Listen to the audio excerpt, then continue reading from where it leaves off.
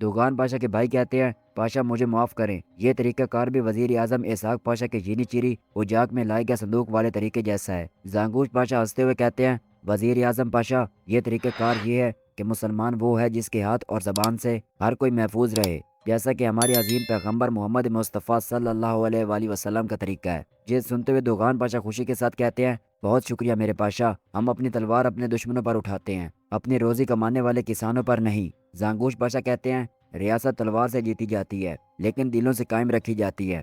ادھر بوسنیا قلعے کا منظر دکھایا جاتا ہے جہاں گابور اور ایک سپاہی زور آزمائی کر رہے ہوتے ہیں۔ اسی دوران کیترینا اپنے گھوڑے پر سوار ہوئے وہاں پر پہنچتی ہے۔ گابور اس کی جانب بڑھتے ہوئے کہتا ہے یہ کیسی آمد ہے، اگر اطلاع دے دیتی تو میں تیاری کر لیتا۔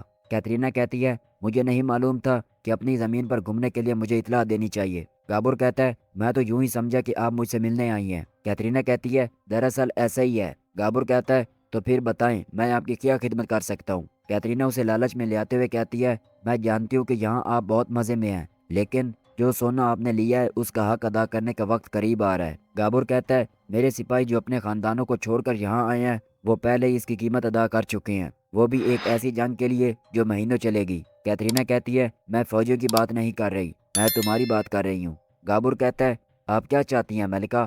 کیترینا کہتی ہے عیسائی امارات۔ گابور پوچھتا ہے ان کا کیا کرنا ہے؟ کیترینا کہتی ہے تم جانتے ہو وہ اس جنگ میں اپنی غیر جانبداری کا اعلان کریں گے، لیکن اس پر گابور کہتا ہے لیکن کسی کو انہیں قائل کرنا ہوگا، کیا ایسا ہی ہے؟ وہ چھوٹا سا کام ولاد کو کیوں نہیں دیا؟ کیترینا اسے چکمہ دیتے ہوئے کہتی ہے کیونکہ میں نے سوچا کہ یہ کام صرف ایک سخت جان آدمی ہی کر سکتا ہے۔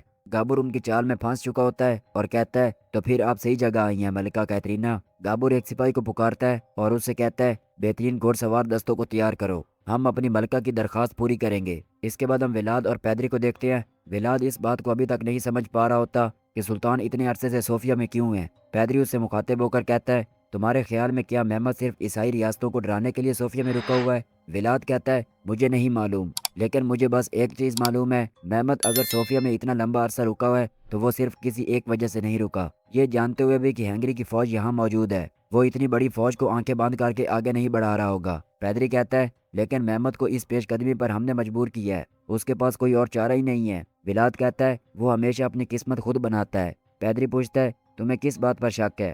اس پر ولاد کہتا ہے مجھے نہیں معلوم، مگر پیدری بھی کافی ہوشیار ہوتا ہے اور اس سے کہتا ہے تو پھر ایسا کرتے ہیں، اگر تم اس کے ساتھ ہوتے تو تم اسے کیا مشورہ دیتے؟ یہ سننے کے بعد ولاد سوچ بچار میں مشغول ہو جاتا ہے اور ہم دیکھتے ہیں کہ سلطان محمد اور ولاد ایک دوسرے کے آمنے سامنے بیٹھ کر شطرنج کھیل رہے ہوتے ہیں۔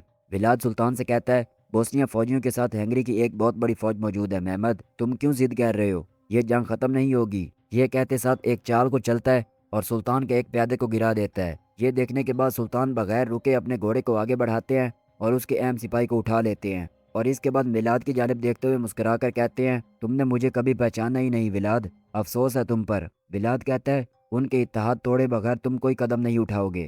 سلطان کہتے ہیں میں نے تم سے کہا تھا نا بھائی، میں اپنے تمام دشمنوں کو مرتا ہوا دیکھوں گا، اپنی ہی تلوار سے، اپنے ہی خون سے۔ یہ سننے کے بعد اپنے ہاتھوں سے ولاد بادشاہ کو گرا دیتا ہے اور سلطان سے کہتا ہے اے واللہ سلطان محمد۔ ولاد اپنی دانش مندی کا خوب مظاہرہ کرتے ہوئے پیدری سے کہتا ہے ماتیاس کو منانے کی کوشش کریں گے۔ یہ سنتے ہوئے پیدری کافی حیران ہوتا ہے اور اس سے پوچھتا ہے ایسا کیسے ہوگا؟ اس پر ولاد کہتا ہے میں نہیں جانتا، لیکن وہ اسے قائل کرنے کی ضرور کوشش کرے گا۔ پیدری کہتا ہے وہ صوفیہ میں صرف اس کا انتظار کر رہا ہے۔ اسی دوران سلیمان بھی اندر داخل ہوتا ہے اور ولاد سے کہتا ہے میرے ویوودہ۔ ولاد کہتا ہے بولو۔ سلیمان کہتا ہے میرے پاس تمہارے لیے ایک اچھی اور ایک بری خبر ہے۔ اس پر ولاد کہتا ہے سلیمان دیکھو میں تمہیں بالکل پسند نہیں کرتا، مگر ابھی مجھے تمہاری ضرورت ہے اور تم اس لیے ہی زندہ ہو۔ یہ سننے کے بعد سلیمان کافی بے عزتی محسوس کرتا ہے اور ولاد سے مخاطب ہو کر کہتا ہے میں نے سلطان محمد کی رکھی گئی توپوں کی جان پڑتال کر لی ہے۔ ولاد پوچھتا ہے کہاں ہیں؟ سلیمان دوبارہ بات کو بدلتے ہوئے کہتا ہے سب سے محفوظ علاقوں میں سے ایک میں۔ یہ سنتے ہوئے ولاد اسے غصے کے ساتھ کہتا ہے سلیمان۔ یہ سننے کے بعد سلیمان فوراً ہی کہتا ہے ڈش میں، اور اسی پر قسط کا بھی اختتام ہوتا ہے۔ ناظرین آپ نے دیکھا کہ پیدری کی ایک بات کہنے پر ولاد نے کیسے اپنی عقل کا استعمال کیا اور سلطان کے اس منصوبے کو پرکھا، اور یہ منصوبہ دراصل حقیقت ہی ہے، کیونکہ آپ دیکھ رہے ہیں کہ سلطان محمد اپنے بیٹے یعنی شہزادے بایزید کو ہنگریوں کے بادشاہ ماتیاس کی جانب بھیج رہے ہیں۔ تو آنے والی قسط کے اندر کیا ہونے والا ہے، اسے دیکھنے کے لیے چینل کو سبسکرائب اور بیل آئیکن پریس کر لیں۔